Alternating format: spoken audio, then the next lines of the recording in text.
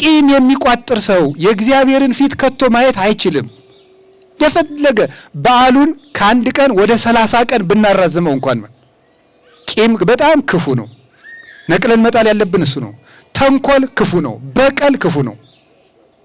እባብ ከነመርዙ ውሃ ቢጠጣ ተቀላቅሎ ይገለዋል ይባላል። ጸሎት እየጸለዩ ቂም መያዝ መልሶ ጸሎቱ መጥፊያ ይሆናል። ልንገራችሁ፣ እንዲያውም ቂም ይዞ ጸሎት የሚጸልይ ሰው ምንድን ነው የሚያደርገው?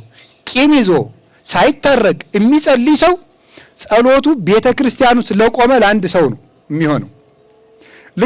ልክ ሁለት ውሾች፣ አንዱ ውሻ ይላል አባ ጊዮርጊስ፣ አንዱ ውሻ ባፉ እንጀራ ይዞ አንደኛው ደግሞ ባዶውን ሆኖ ካፉ ቀምቶ ሊጎርስ ያኛው ሲሮጥ ይሄ ሲከተል፣ ያኛው ሲሮጥ ይሄ ሲከተል፣ ያኛው ሲሮጥ ይሄ ሲከተል ወንዝ ላይ ይደርሳል።